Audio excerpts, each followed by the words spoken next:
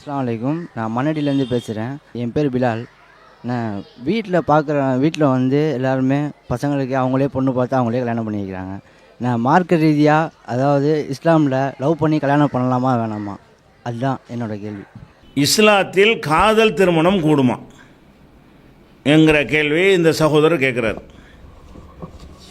பெண்கள் திருமணம் சம்பந்தமான கேள்விகளை எடுத்துக்கொண்டு பதில் சொல்லி வருகிறோம். அதில் இது ஒரு முக்கியமான ஒரு கேள்வியாக கேட்கப்படுகிறது. அப்போ காதல் திருமணம் இஸ்லாத்தில் கூடுமா என்றால், இதை பொத்தாம்பொதுவாக இது பதில் சொல்கிற கேள்வி இல்லை. இது கொஞ்சம் விவரமாக தெளிவாக, ஏன்னா காதலுங்கிறத மக்கள் ஒரு சைஸை வழங்கி வச்சுருக்கிறாங்க. அதனால் இதை சரியான முறையில் தெளிவான முறையில் அதை விளக்க வேண்டிய ஒரு தலைப்பாக இருக்கிறது. முதல்ல இந்த காதல்னா இப்போ என்ன சொல்கிறாங்க? காதல்னு சொன்னால் ஒரு ஆண் வந்து ஒரு பெண்ணை விரும்புகிறது. சாதாரணமான முறையில் ஒரு பெண்ணு ஒரு ஆணை விரும்பி நமக்குள்ளே திருமணம் செய்து கொள்ளலாம் என்ற அளவில் அவர்கள் பேசிக்கொண்டு, திருமணத்துக்கு பிறகுதான் எல்லா விதமான நெருக்கமும் இருக்க வேண்டும், நம்ம திருமணத்திற்கு நம்ம ரெண்டு பேரும் என்ன செய்வோம், முயற்சி பண்ணுவோம் என்கிற அளவில் ஒருத்தர் விரும்பினால் அது மார்க்கத்தில் குற்றம் கிடையாது. ஒரு ஆண் ஒரு பெண்ணை விரும்பலாம், ஒரு பெண்ணு ஒரு ஆணை விரும்பலாம். விரும்பி தான் கல்யாணம் பண்ணணும். இதற்கான ஆதாரத்தை பின்னாடி சொல்கிறோம். அதே நேரத்தில் வந்து ஒருத்தன் ஒரு பெண்ணை விரும்புனா அவளை கல்யாணம் பண்ண முடியாத ஒரு நிலைமை ஏற்படும். இவன் சரியில்லை என்பதற்காக குடும்பத்தார் வேணான்னு சொல்லுவாங்க. பலவிதமான பிரச்சனைகளுக்காக வேண்டி அவளுக்கு பிடிக்காம போய் வேணான்னு சொல்லிடுவா. அல்ல இவனே ஒருத்தி விரும்பிட்டு பிறகு வந்து அவள் எனக்கு பிடிக்கலன்னு சொல்லிடுவா. இந்த மாதிரி வந்த பிறகு உலகமே இடிஞ்சு தலையில் விழுந்த மாதிரி நினச்சிக்கிட்டு அந்த வெறிகொண்ட மாதிரியாக விரும்புகிறா பாருங்க, அதுக்கு பேர் காதல் கிடையாது, கிறுக்கு. அது காதல்னா விரும்பணும். விரும்புதுன்னா என்ன? விரும்புவது என்பதற்கு உலகத்தில் நம்ம ஒரு இலக்கணம் வச்சுருக்கிறோம். எதை விரும்பினாலும் என்ன விரும்புகிறோம்? கிடைச்சா அதை பயன்படுத்திக்கிறோம், கிடைக்கலையா வேறு ஒன்றை பயன்படுத்திட்டு போயிடுவோம். அதுதான் விருப்பம் என்பது. இப்போ நம்ம ஒரு குறிப்பிட்ட ஒரு மாடலில் ஒரு ட்ரெஸ்ஸு வேணும், ஒரு கலரில் வேணும் என்று ஒரு ஜவுளி கடைக்கு போகிறோம். ஒரு சேலை வேணும்னு போகிறோம். நம்ம நினச்சி வந்த அந்த சேலை இல்லை என்பதற்காக வேண்டி பெருநாளைக்கு பழைய சேலையை கட்டிகிட்டா இருப்போம். இல்லைன்னா வேற ஒன்று எடுத்துகிட்டு வந்துட வேண்டியானே. நம்ம போய் தேடின அளவில் உள்ள அந்த ட்ரெஸ்ஸு சட்டை கிடைக்கல, நம்ம வந்து இந்த கலரில் தேடி வந்தோம், இந்த துணியில் இந்த கலரில் இந்த கம்பெனியுடைய இதை நம்ம தேடி வந்தோம், அது வந்து இல்லைங்கிறான். எல்லா கடையிலையும் கேட்டு பார்த்தாலும் விற்று போச்சுங்கிறான். அப்படின்னா நம்ம என்ன செய்வோம்? நாளைக்கு பெருனா அப்போ என்ன செய்வோம்? இருக்கிறதுல சரி அது பணம் போய்ட்டு வேறு ஒன்று கொடு என்று வாங்கி கொண்டு வர்றது. இதான் விருப்பம் என்பது. விரும்புகிறோன்னா என்ன? அது எளிதாக கிடைத்தால் அதில் சந்தோஷப்பட்டு கொள்ள வேண்டியது. அது கிடைக்கல, இருக்குது, பஜாரில் இருக்குது, நம்மள்கிட்ட விலை ஏற்றி விட்டான். நம்ம ஒரு 2000 ரூபா கொண்டு போயிருக்கிறோம், 5000 ரூபாங்கிறான் ரேட்டு. இப்போ நம்மள்கிட்ட கைவசம் இல்லை, அந்த 5000 ரூபாய்க்கு வாங்குகிற சக்தியில் ஜாமான் பஜாரில் இருக்குது. இப்போ நம்ம என்ன செய்கிறது? வாங்கணும், அதை தான் வாங்குவேன்.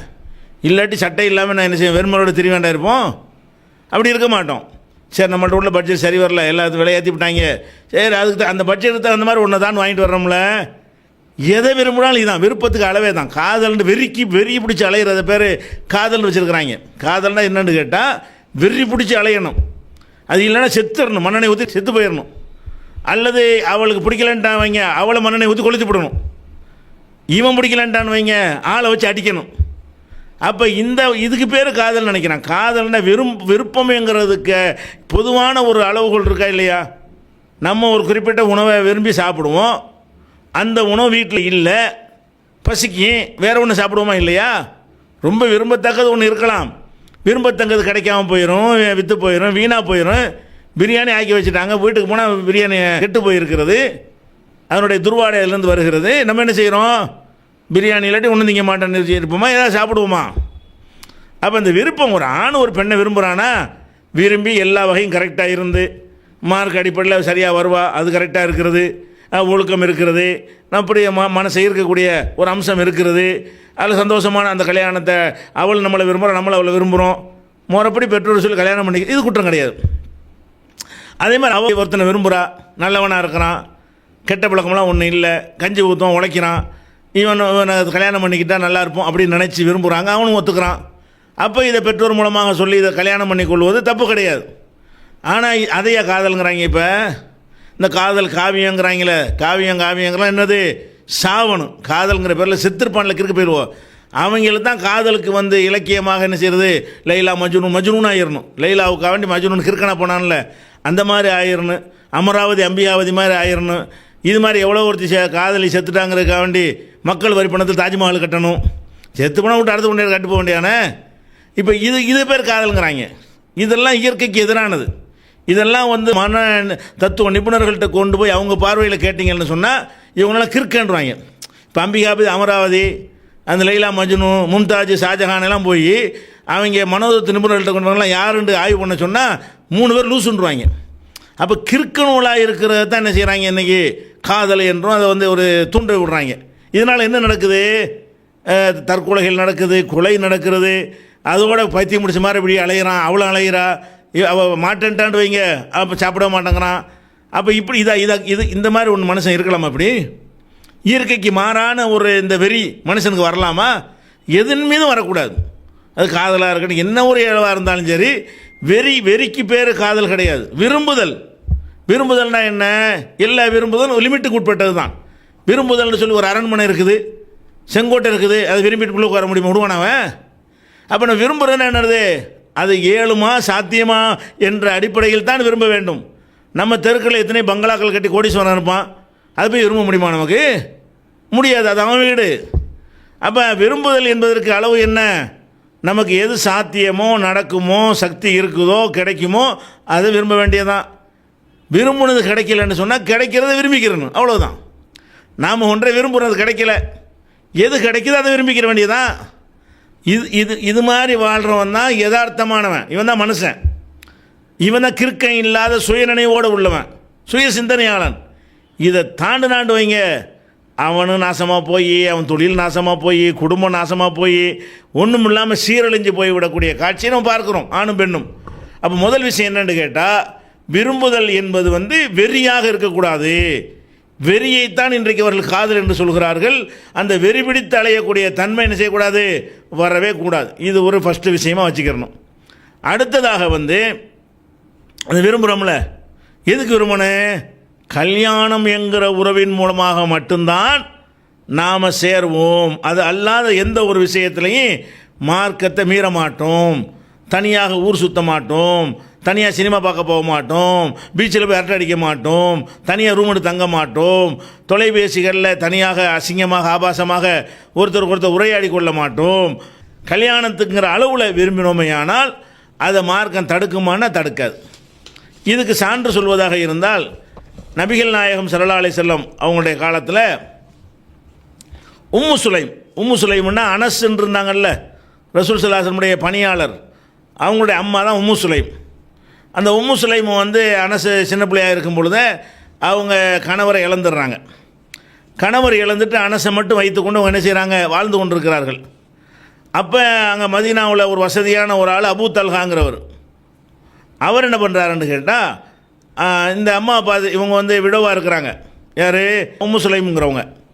அவங்கள்ட்ட வந்து அவர் கேட்குறாரு, நான் உன்னை விரும்புகிறேன், நம்ம திருமணம் செஞ்சுக்கலாமா அப்படின்னு. ரசூலுல்லாஹ் காலத்தில் நடக்குதுங்க.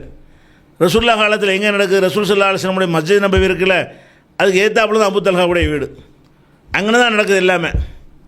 அப்போ அங்கே தான் போய் ரசூல் ஸல்லல்லாஹு அலைஹி வஸல்லம் பிற்காலத்தில் சாப்பிடுவாங்க, ரெஸ்ட் எடுப்பாங்க, தண்ணிலாம் குடிப்பாங்க, அந்த தோட்டத்தில் போய் ஓய்வு எடுப்பாங்க. அந்த மாதிரியான ஒரு வீட்டுக்கு சொந்தக்காரர் அபூ தல்ஹா, வசதியானவர். அப்போ உம்மு சுலைம்கிட்ட போய் என்ன செய்கிறாங்க, கேட்குறாங்க.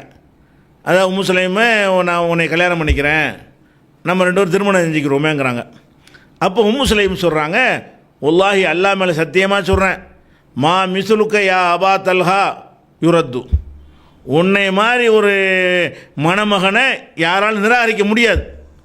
நீ வந்து நல்ல ஒரு ஆள், என்னை கல்யாணம் பண்ணுறேங்கிற, அதை நிராகரிக்க முடியாத அளவுக்கு நீ தகுதியான ஆள் தான். அப்போ இவங்களும் விரும்புகிறாங்க. இப்போ அவரும் கல்யாணம் பண்ணுற விரும்புகிறேங்கிறாரு.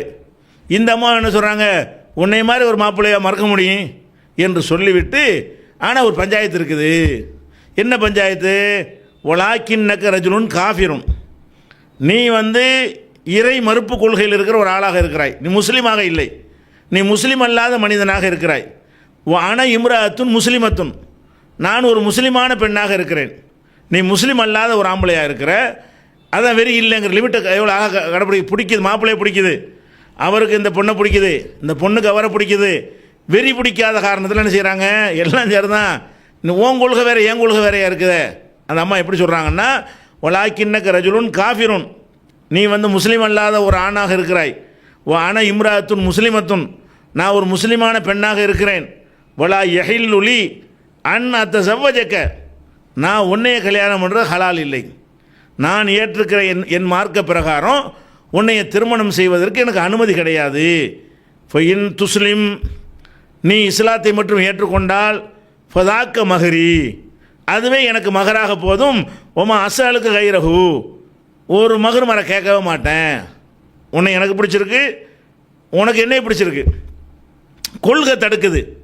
நீ இஸ்லாத்தை ஏற்றுக்கொண்டேயானால் அதையே நான் மகராக வைத்துக்கொண்டு நான் உன்னை கல்யாணம் பண்ணிக்கிறேன், வேறு எதையும் கேட்க மாட்டேன். உடனே அவர் நெஞ்சார், பிரச்சனை இல்லை, இஸ்லாம் ஆயிடுறாண்டு ஃபாஸ்லாமே, அவர் இஸ்லாத்தை ஏற்றுக்கொண்டார், அதுவே அவருடைய மகராக ஆனது. அப்படிங்கிறது வந்து நசையில் 4389 ஹதீஸ். அப்போ இதில் என்ன நம்ம விளங்குறோம், கல்யாணம் பண்ணுறோன்னு பேசிக்கிறாங்க. இது ரசூல் ஸல்லல்லாஹு அலைஹி வஸல்லத்துக்கு ரொம்ப வேண்டப்பட்ட அந்த அம்மா உம்மு சுலைம் வந்து ரொம்ப ரசூல் ஸல்லல்லாஹு அலைஹி வஸல்லத்துக்கு அடிக்கடி வீட்டுக்கெல்லாம் போவாங்க. அபூத்தல்ஹாட்டு தான் குதிரையெல்லாம் வாடகைக்கு எடுத்துகிட்டு போவாங்க, இரவலை வாங்கிட்டு போவாங்க. அப்படி ஒரு நெருக்கமான ஒரு மஸ்ஜித் நம்ம எதிர்த்தாப்புல இவ்வளோ நடக்கிறது. அப்போ இது வந்து மார்க்கம் தடுக்கப்பட்டதா இல்லை. ஆனால் என்ன அதில் கவனிக்கிறாங்க, இஸ்லாத்தை மீறிக்கிட்டு அந்த அப்படி ஒன்றும் கிடையாது. அந்த நான் வந்து இஸ்லாம்ங்கிற ஒரு மார்க்கத்தை மறுமைக்கு ஏற்றிருக்கிறேன், இந்த மார்க்கத்தை மீறி கொண்டு நான் உன்னை வந்து விரும்புகிறது கிடையாது. நீ ஏற்றுக்கிட்டு வந்தீங்கன்னா ஓகே, இல்லைன்னா வேறு கல்யாணம் பண்ணிட்டு போயிடுவேன், அவ்வளோதான். இதான் விருப்பம், அந்த லிமிட்.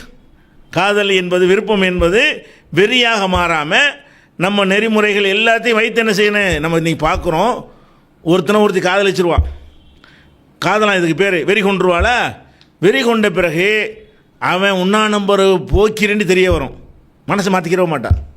குடிக்கார பையன்னு தெரிய வரும், அப்போ மாற்றிக்கிற மாட்டான். அவன் வந்து பல பெண்களை சீரழிச்சவன் தெரிய வரும், அது எனக்கு அவன் தான் வேணும். இது வெறியா என்ன, இதுக்கு பேர் காதலா? இது வெறி தானே, இது வெறி பிடிச்ச அலையுதுன்னு அர்த்தம் இது. அப்போ இந்த மாதிரியான ஒரு தன்மையைத்தான் இப்படி இலக்கியங்கள்ங்கிற பேரில் பள்ளிக்கூடங்களில் கல்லூரிகளில் காதல்னு போதிக்கிறாங்க. டிவியை திறந்த இதைத்தான் காதலுங்கிறாங்க. காதலோட தினம்னு வைத்துக்கொண்டு என்ன செய்கிறாங்க, நாசமாகிறதுக்கு அறிவுரை சொல்லிகிட்டு இருக்கிறாங்க. அப்போ இந்த மாதிரி வர்றதுனால என்ன ஏற்படுதுன்னா, மனிதனுடைய முன்னேற்றம், வாழ்க்கையெல்லாம் தடைப்படுகிறது. அப்போ அந்த மாதிரி வராத அளவில் என்ன செய்யலாம், எந்த ஒரு நெறிமுறை மீற முடியாத அளவில் அவர்கள் திருமணம் செய்து கொள்வார்களே, ஆனால் அது ஒரு தப்பே கிடையாது. அதே மாதிரி வந்து அல்லாஹ் வந்து திருமறை குர்ஆனில் வந்து 2வது அத்தியாயத்தில் 235வது வசனத்தில் ஒரு செய்தி சொல்கிறான். என்ன சொல்கிறான்னு கேட்டால், பெண்கள் வந்து கணவனை இழந்து அவங்க இதாவில் இருக்கிறாங்க. கணவனை இழந்த பெண்கள் வந்து 4 மாதம் 10 நாள் வரைக்கும் மறுமணம் செய்யக்கூடாது. கணவன் இறந்துட்டான்னு சொன்னால் மறுமணத்தை இஸ்லாம் வந்து ஊக்குவிக்கிறது. அடுத்த நாளே செஞ்சிடாமல் என்ன பண்ணணும், 4 மாதம் 10 நாளைக்கு வந்து அவங்க திருமணம் செய்யாமல், திருமணத்தை தூண்டக்கூடிய அலங்காரங்கள் செய்யாமல் தவிர்த்து கொள்ளணும். அதுக்கு பிறகு அவங்க நோனா செஞ்சுக்கிடலாம். அதுபோக அந்த நேரத்தில் கணவன் இறக்கும்போது கர்ப்பிணியாக இருந்தாங்கன்னு வைங்க, பிரசவிக்கிற வரைக்கும் வெயிட் பண்ணணும். இப்போ கணவன் இறக்கும்போது 1 மாத குழந்தை வயிற்றில் இருக்குன்னு வைங்க, ஒரு 9 மாதம் வெயிட் பண்ணணும், அதுக்கு பிறகு கல்யாணம் பண்ணணும். கணவன் இறக்கும் பொழுது ஒரு 15 நாளில் புள்ள பெற்றுருவாங்கன்னு வைங்க, 15 நாளில் குழந்தை பெற்றுட்டாங்கன்னா 15 நாளோடு முடிஞ்சு வச்சுக்காது, அப்புறம் கல்யாணம் பண்ணிக்கலாம். அப்போ வயிற்றில் குழந்தை இருந்தால் குழந்தையை பெற்றெடுக்கிற வரைக்கும், குழந்தை இல்லாமல் இருந்தால் அது இருக்குதா இல்லையான்னு ஊரறிய உலகறிய தெரியணுங்கிறதுக்காக வேண்டி 4 மாதம் 10 நாளை காத்திருந்த பிறகு அவங்க வேறு கல்யாணம் பண்ணிக்கலாம். இந்த மாதிரி காத்திருக்கிறது தான் இத்தா என்று சொல்லுவாங்க. இதனுடைய சட்டத்தை பற்றி அல்லாஹ் சொல்கிறான் குர்ஆனில். எப்படி சொல்கிறான்னு கேட்டால், வலா ஜுனாஹ அலைக்கும், ஆண்களுக்கு இது சொல்லப்படுது, உங்கள் மீது குற்றம் இல்லை. என்ன குற்றம் இல்லை என்றால், ஃபீமா அர்ரல் தும்பிகி மின் ஹித்துபத்தின் நிசா, பெண்ணிடத்தில் வந்து மனம் பேசுறது இருக்குல்ல, மனம் எந்த பெண்ணிடத்தில், இந்த பெண்ணிடத்தில். பொதுவாக ஒரு பெண்ணிடத்தில் போய் மனம் பேசுவது தடையே கிடையாது. எந்த ஒரு பெண்ணிட்ட என்ன செய்யலாம், முறைப்படி என்னை கல்யாணம் பண்ணிக்கிறியா, நான் உடன்படுறவங்க தாப்பனா வந்து கேட்கட்டுமா என்று அளவில் பேசுவதற்கு மார்க்கத்தில் எந்த தடையும் கிடையாது. இது யாருக்கு சொல்லப்படுதுன்னு கேட்டால், 4 மாதம் 10 நாள் கல்யாணம் பண்ணாமல் இருக்கணும்னு இருக்கிறாங்களே அந்த இத்தாவில், அந்த பெண்களுக்குரிய சட்டத்தில் அல்லாஹ் சொல்கிறான், லாஜுனாக அழைக்கும், உங்கள் மீது குற்றமில்லை, ஃபீமா அர்ரல் தும்பிகி மின் ஹித்பத்தின் நிசா, அந்த பெண்களை மனம் பேசுவதை ஒரு சாடமாடையாக சொல்வது உங்களுக்கு குற்றமில்லை. இதாவில் அவங்க இருக்கிற காரணத்தினால உன்னை நான் கல்யாணம் பண்ணிக்கிறேன் அப்படின்னு சொல்லிடக்கூடாது. எப்படி சொல்லலாம்? உங்களை மாதிரி ஒரு பெண்ணு கிடைச்சா கல்யாணம் பண்ணலான்னு இருக்கிறேன், ஐடியாவில் இருக்கிறேன் அப்படின்னு சொல்லி உன்னையே பண்ணிக்கிறேன்னு சொல்லாமல் உங்களை மாதிரி ஒரு பெண்ணு கிடைத்தால் இதான் சாடமாடையாக சொல்கிறது. அக்கனன்தும் ஃபி அம்புசிக்கும், அல்லது மனசுக்குள்ளே இதாவில் இருக்கிற காரணத்தினால இதான் முடியட்டும், வெளிப்படையாக அப்புறம் சொல்லிக்கிடுவோம், இப்போதைக்கு மனசில் முடிவு எடுத்துக்கிடுவோம், இவளை கல்யாணம் பண்ணணும்னு முடிவு எடுத்துக்கிடுவோம் அப்படின்னு மனசுக்குள்ளே மறைத்து வைத்து கொண்டாலும் குற்றம் இல்லை. அப்போ இத்தாவில் கணவனை இழந்த ஒரு பெண் இருக்கிறாள், அவளை பார்க்குறான், நம்ம இவளை கல்யாணம் பண்ணிக்கிறோமோன்னு மனசில் நினைக்கிறான், இது குற்றம் இல்லையா? நினைக்கிறான்னா பார்த்தா தான் நினைக்குவான், பார்த்து நினைக்கிறான். அல்லது பெண்ணிடத்தில் நேர போய் என்ன பண்ணுறான்னு கேட்டால் உன்னையே கல்யாணம் பண்ணிக்கிறவன் டைரெக்டாக சொல்லாமல் அந்த கெடுவுக்குள்ளே சொல்லக்கூடாது, 4 மாதம் 10 நாளைக்குள்ளே அதை சாடையாக ஒரு மாதிரி ஒரு டைப்பாக என்ன செய்கிறான் அப்படி சொன்னானேயானால் அது குற்றமில்லை. அலிமல்லாஹு அன்னக்கும் ததுக்குருணகுன்ன, நீங்கள் அவர்களை மனதால் எண்ணுகிறீர்கள் என்பதை அல்லாஹ் அறிந்து வைத்திருக்கிறான். ஒலாக்கின் என்றாலும் லா துவாஇதுஹுன்ன சிர்ரா, ரகசியமாக வாக்கு எதுவும் கொடுத்துடாதீங்க. இதுதான் அவங்க இருக்கிறாங்க, கல்யாணம் பண்ணக்கூடாதுங்கிற தடை செய்யப்பட்ட காலத்தில் அவங்க இருக்கிறாங்க. அவங்கள்ட்ட போய் நீங்கள் வாக்குறுதி அளித்து விடாதீர்கள். இல்லா அந்த கூழு கவுலம் மாரூஃபா, நல்ல பேச்சுக்கள் பேசுவதை தவிர எந்த வாக்கும் கல்யாணத்தை பற்றி கொடுத்துடாதீங்க. வலா தாசிமு உக்குதத்தன் நிக்காஹி ஹத்தா எவ்வளவுகள் கிதாப் அஜலாம், அந்த பெண்களுடைய இத்தா தவணை முடிகிற வரைக்கும் திருமண ஒப்பந்தம் செய்வதை பற்றி முடிவு செய்திடாதீங்க. இத்தாவில் இருக்கிற பெண்ணிட்ட போய் இன்னும் 10 நாள் தான் இருக்குது, முடியட்டும், முடிஞ்சோன்னு உன்னை கல்யாணம் பண்ணிக்கிறேன் என்று மட்டும் சொல்லிடாதீங்க. அதை 10 நாள் கழித்து சொல்லிக்கிறங்க.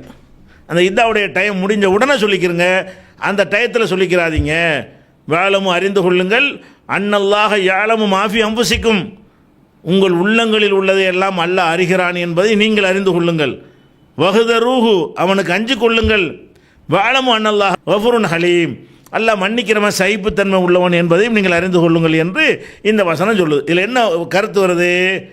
ஒரு இத்தாவில் இருக்கிற ஒரு பெண்ணை கூட ஒருத்தர் விரும்பலாம், கல்யாணம் பண்ணலான்னு மனசில் நினைக்கலாம். சாடமாடையாக பண்ணுற மாதிரி இருக்கிறத சாடமாடையான வார்த்தைகளை கொண்டு சொல்லவும் செய்யலாம். திருமணம் பண்ணிக்கிறவேன்னு சொல்லக்கூடாது என்று இத்தாவில் உள்ள பெண்களுக்கு சொல்கிறான். இத்தா முடிந்து விட்டால் அல்ல இத்தாவில் இல்லாத சாதாரண பெண்களாக இருந்தால் அவங்கள பார்க்கணும், பிடிச்சிருக்குன்னா அழகாக என்ன செய்யலாம், இஸ்லாமிய அடிப்படையை மீறாத வகையில் இது ஓகே, அல்லாவும் பேசலான்னு சொல்கிறான். பேசுகிறலாம் தப்பு கிடையாது. இஸ்லாமிய அடிப்படையை மீறாத வகையில் அந்த காதலாக இருந்தால் அதுக்கு என்ன இல்லை, மார்க்கத்தில் எந்த ஒரு தடையும் கிடையாது. எந்த ஒரு பெண்ணையும் பார்த்து என்ன செய்யலாம், ஒருத்தர் ஆசைப்படலாம், அந்த பெண்ணை அவர் ஆசைப்படலாம், திருமணத்திற்கான முயற்சிகளை ஈடுபட வேண்டும். அப்படி விரும்பி வர்ற நேரத்தில் அவங்க ஏன் தப்பு செய்கிறாங்கன்னு பார்த்தீங்கன்னா, இந்த பெற்றோர்கள் பண்ணுற வேலை. விரும்புகிறாங்கன்னு தெரியுது, இவன் என்ன செய்கிறது, அவன் வசதி என்ன, ஏன் மார்க்க காரணத்துக்கு மறுத்தா ஓகே, அவன் இஸ்லாமிய இதில் இல்லை, அவன் கெட்டவனாக இருக்கிறான், தவறான கொள்கைகள் இருக்கு, அதனால் வேணாம்னு சொல்லி பெண்ணுக்கு ஒரு அறிவுரை சொல்லி மறுத்தார்களே, ஆனால் அது மார்க்கம் என்கிற ஒரு ரீசனில் வந்துடுதுங்க. அப்படி இல்லாமல் ஒருத்தர் விரும்புகிறாங்கன்னு வைங்க, அவன் யார் நீ யார், அவன் ஏழைனா பணக்காரன், அவன் பிச்சைக்காரன், அப்படியா இப்படியா, இந்த மாதிரி ஏதாவது சொல்லி ஒரு காரணத்தை சொல்லி மறுத்தாங்கன்னு வைங்களேன், அப்போ தான் இவங்க வேறு மாதிரி தப்பான முடிவுகள்லாம் எடுக்கிறாங்க. எளிதான முறையில் நடக்கக்கூடிய முடிந்து விட வேண்டிய அது கௌரவம்லாம் பார்க்கக்கூடாது. நம்ம வாழ்க்கை எதுக்கு, அந்த ஆணும் பெண்ணும் விரும்புகிற இடத்துல பண்ணுறது தானே. இவனே ஒரு பெண்ணை விரும்பிட்டான், உனக்கு கோடீஸ்வரி கிடைப்பா, நீ எதுக்கு பிச்சைக்காரி போய் பார்க்குற அப்படின்னு இவங்க மறுக்கிற, ஆம்பளை வீட்டில் மறுக்கிறது, அதெல்லாம் கூடாது. தீன அடிப்படையில் என்ன செய்யலாம், மார்க்க நெறி மீறக்கூடிய வகையில் இருக்குமையானால் மட்டும் அதுக்கு முட்டுக்கடை போடலாம். அப்படி இல்லைன்னு சொன்ன, இப்போ உம்மு சுலைம் இருந்தாங்க, அவங்களுக்கு பெற்றோர் கிட்ட யாருமே இல்லை, அவங்களா தானே முடிவெடுத்தாங்க. என்ன செஞ்சாங்க, நான் கல்யாணம் பண்ணிக்கிறேன், இஸ்லாத்துக்கு பண்ணிக்கிறேன், அந்த மாதிரியான உரிமைகள்லாம் பெண்களுக்கு இருக்குது. பெற்றோர் இருந்தார்களே ஆனால் பெற்றோர்கிட்ட சொல்லிட்டு செய்யணும். அப்படி இல்லைன்னு சொன்னால் என்ன செய்யணும், முடிவெடுத்து ஜமாத் தலைவரை வழியாக பொறுப்பாளராக இருந்து பண்ணி வைக்க போகிறார். அவள் பொறுப்பாளர்களாக இருக்கிறவங்களும் இதெல்லாம் கவனிச்சு என்ன செய்யணும், இதெல்லாம் பாவம் கிடையாது, நம்ம மறுக்கிறது தான் பாவம். கல்யாணம் பண்ணுறது 2 பேர் விரும்பி எதை சந்தோஷமாக ஏற்றுக்கொள்கிறார்களோ அதை நம்ம ஏற்றுக்கொண்டால் தான் அவங்க சந்தோஷமாக இருப்பாங்க. அவங்க சந்தோஷமாக இருக்கத்தான் நம்ம ஒரு பிள்ளைகள் கல்யாணம் பண்ணி வைக்கிறோம். அதனால் இதுக்கெல்லாம் குறுக்கணிக்கக்கூடாது. இந்த அளவோடு என்ன செய்யணும், நம்ம ஒரு தகுந்த காரணத்தோடு சொல்கிறாங்க, பெற்றோர் சொல்கிறாங்கன்னு வைங்க, அந்த பக்கம் இருக்குது. நமக்கு அந்த வயசு தான் தெரியும், வயசில் சரியான முடிவு எடுக்க முடியாது. ஒரு ஆணுக்கோ பெண்ணுக்கோ ஏதோ ஒருத்தனை விரும்புகிறீங்க, அவனை பற்றி A to Z நீங்களாம் விசாரிக்க மாட்டீங்க. ஒரு பெண்ணு ஒரு ஆணை விரும்புகிறாங்கன்னு வைங்களேன், அவன் முகத்தை பார்க்குறீங்க பேசுகிற அவ்வளோதான் உங்களுக்கு தெரியுமே தவிர பேக்ரவுண்ட்லாம் பார்க்குறதுக்கு உங்களுக்கு வராது. பெற்றோர் எப்படி பார்ப்பாங்க? இவன் யார், அப்பன் யார், ஆத்தா யார், இவன் என்ன மாதிரியான ஆள், இவன் மேலே ஏதாவது கேஸ் இருக்குதா, வழக்கு இருக்குதா, கெட்ட பழக்கம் இருக்குதா, தண்ணி அடிப்பானா, டாஸ்மாக் போவானா, இப்படி எல்லாத்தையும் பார்த்து என்ன செய்வாங்க பெற்றோர்கள் வந்து கவனிப்பாங்க. அப்போ அதெல்லாம் கவனித்து இந்த மாதிரி ஒரு காரணத்துக்காக பெற்றோர்கள் சொன்னார்களே ஆனால் அந்த பெண் என்ன செய்யணும்? அது காதலாக இருந்தால் மாற்றிக்கிறணும். வெறியாக இருந்தால் மாறாது. அது வெறியாக இருந்துச்சுன்னு வைங்களேன், அது மாறவே மாறாது. அப்போ வெறிங்கிற அளவில் எப்படி விரும்பணும்? விரும்பும்போது என்ன செய்யணும்? இது ஒர்க் அவுட் ஆனால் ஓகே, இல்லாட்டி வேறு ஒன்று, இப்படி தான் விரும்பணும். ஒரு ஆண் பெண்ணை விரும்பினாலும் சரி, பெண்ணை ஆணை விரும்பினாலும் சரி, இது நல்லபடியாக நடந்தால் அல்ஹம்துலில்லாஹ், நல்லபடியாக நடக்கலையா அல்லாஹ் இதோட சிறந்ததை நமக்கு தருவான் அப்படின்னு சொல்கிற அளவில் தான் விரும்பணுமே தவிர இதுதான் இதை விட்டா வேறு ஒன்றுமே கிடையாதுங்கிற அளவுக்கு பைத்தியம் முடிச்சு விரும்புகிறது என்று சொன்னால் அந்த காதலுக்கு இஸ்லாத்தில் அனுமதி கிடையாது. அதுக்கு பேர் காதலும் கிடையாது, அது ஒரு நோய் என்பதை